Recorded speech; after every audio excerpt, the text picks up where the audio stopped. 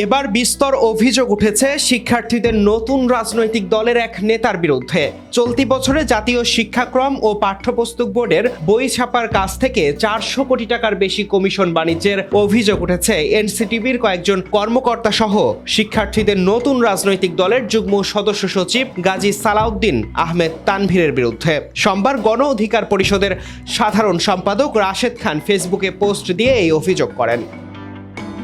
রাশেদ খান লিখেছেন, ডিসি নিয়োগের তালিকা চূড়ান্ত করার ক্ষেত্রে গাজী সালাউদ্দিন তানভীর ওরফে তানভীর আহমেদের নাম এসেছিল।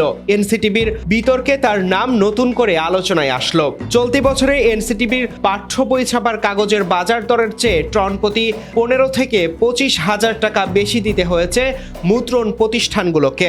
নির্দিষ্ট প্রতিষ্ঠান থেকে কাগজ না কিনলে বই ছাপার ছাড়পত্র মেলেনি। এক্ষেত্রে শুধু কাগজ থেকে 400 কোটি টাকার বেশি কমিশন বাণিজ্যের অভিযোগ উঠেছে এনসিটিবির কয়েকজন কর্মকর্তা সহ এই গাজী সালাউদ্দিন আহমেদ তানভীরের বিরুদ্ধে।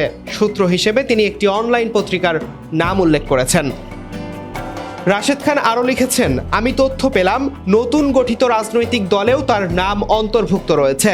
তিনি যুগ্ম সদস্য সচিব হিসেবে দলে পদ পেয়েছেন। আমি সাংবাদিক ভাইদের বলবো, গাজী সালাউদ্দিন তানভীরকে নিয়ে আপনারা অনুসন্ধান করেন, অনেক তথ্য বের হয়ে আসবে। একজন অপরিচিত মানুষ কেন এত প্রভাবশালী, আপনাদের কি জানতে ইচ্ছা করে না?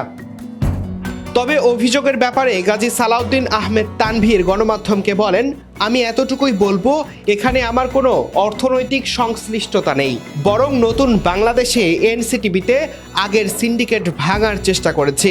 এছাড়া এ ধরনের অভিযোগ কেউ প্রমাণ করতে পারলে আমি শাস্তি মাথা পেতে নিব।